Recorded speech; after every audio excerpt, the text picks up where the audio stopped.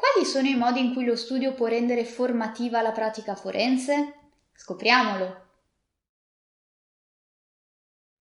In alcuni video precedenti abbiamo parlato del trattamento economico del praticante avvocato e dei modi in cui lo studio può sostenerlo economicamente. Vi lasciamo i link qui sotto in descrizione. In questo video analizzeremo alcuni comportamenti del dominus che possono permettere al praticante di sfruttare al massimo le potenzialità formative della pratica forense.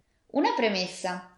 Ci riferiamo solo alla prospettiva di quegli studi che intendono investire sul praticante, allo scopo di formare un professionista che possa poi un giorno costituire parte integrante dello studio e contribuire al suo sviluppo. 5 esempi di condotte realmente formative. 1. Contestualizzare le richieste.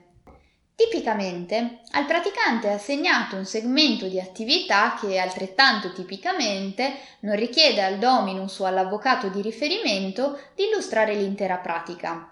Ciò non toglie che un'introduzione al tema possa spesso rivelarsi utile e formativa, anche nell'ottica di applicare il praticante sulla stessa pratica anche in futuro, con responsabilità via via crescente. Questo momento può anche costituire l'occasione per un confronto o per superare incomprensioni preliminari che potrebbero determinare inefficienza nel processo. Al praticante deve essere sempre chiaro cosa fare, quando è utile, anche perché e come farlo. 2. Revisionare insieme il lavoro svolto.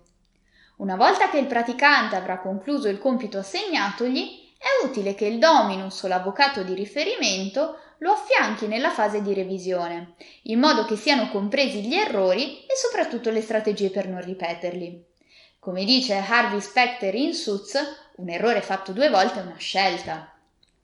Ancora una volta si tratta di un'occasione di confronto, dinamica che dovendo permeare tutta la vita professionale dell'avvocato è bene far propria fin da subito. 3. Istruire il praticante prima dell'udienza e discuterne insieme dopo. L'attività di udienza è il contesto tipico in cui applicare i principi già discussi. Da un lato, infatti, si tratta di un'attività delicatissima e troppo spesso sottovalutata, che non può essere affrontata allo sbaraglio senza un'adeguata preparazione.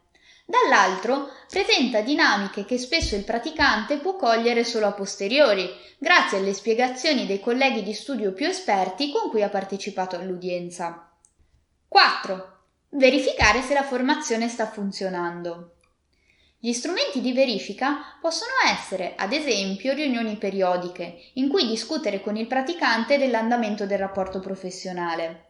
Tali riunioni dovrebbero costituire occasione di reale confronto, nel rispetto delle reciproche posizioni, per riflettere sui progressi, sulle lacune e sui correttivi, senza mai perdere di vista gli obiettivi del rapporto condivisi all'inizio della collaborazione. Fermo il valore delle riunioni periodiche, il confronto è un tratto della vita di studio che dovrebbe potersi manifestare nelle forme opportune quotidianamente. 5. Dare occasioni di studio e formazione.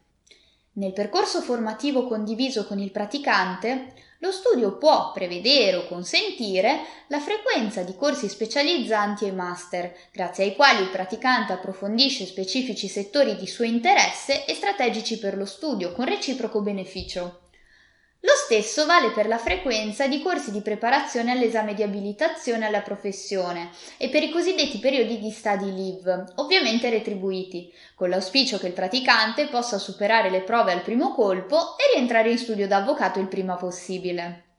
Questo non dovevo dirlo perché senz'altro mi porterà a una scalogna terrificante. Iscrivetevi al nostro canale YouTube. Abbiamo un'intera serie di video dedicata a praticanti e giovani avvocati. Per maggiori informazioni visitate il nostro sito e seguiteci sui social media.